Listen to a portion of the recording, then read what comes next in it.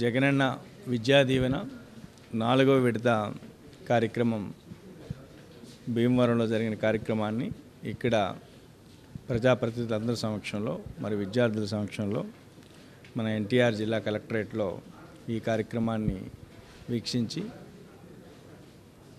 గౌరవ సీఎం గారి యొక్క మెసేజ్ని మొత్తం అందరం కూడా పిల్లలందరూ కూడా అనేటువంటి వినడం జరిగింది.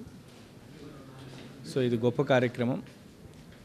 వేరియస్ వెల్ఫేర్ అంటే ఎస్సీ అవ్వచ్చు, ఎస్టీ అవ్వచ్చు, బీసీ అవ్వచ్చు, మైనారిటీ అవ్వచ్చు, కాపు అవ్వచ్చు, క్రిస్టియన్ అవ్వచ్చు, డిఫరెంట్ వెల్ఫేర్ డిపార్ట్మెంట్స్లో చదువుతున్నటువంటి పిల్లలందరికీ కూడా ఈరోజు మన ఎన్టీఆర్ జిల్లాలో సుమారుగా ఒక 31,000 మంది పిల్లలకి, సుమారుగా ఒక 28,000 మంది తల్లులకి వారి ఖాతాల్లో ఒక అప్రాక్సిమేట్లీ ఒక 25 కోట్లు అనేటువంటిది ఈరోజు జమ చేయడం అనేటువంటి చాలా ఆనందదాయకం.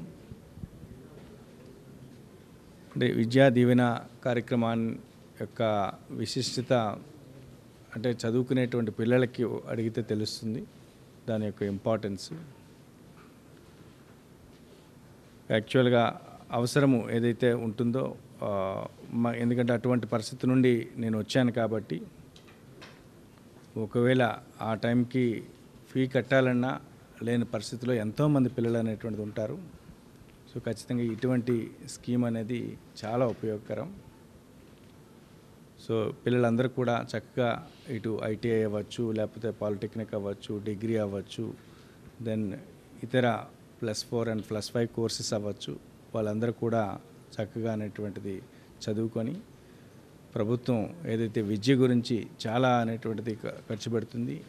ఇంతవరకు కూడా ఎప్పుడు కూడా గత 50-60 సంవత్సరాల ఈ స్వాతంత్ర భారతదేశంలో విద్య గురించి ఎంత ఎక్కువగా ఖర్చు పెట్టినటువంటి ప్రభుత్వం అనేటువంటిది ఎప్పుడు చూడలేదు. అంత ఎక్కువగా ఖర్చు పెడుతున్నటువంటి ప్రభుత్వానికి పిల్లలందరి తరపున ప్రత్యేకమైనటువంటి ధన్యవాదాలు.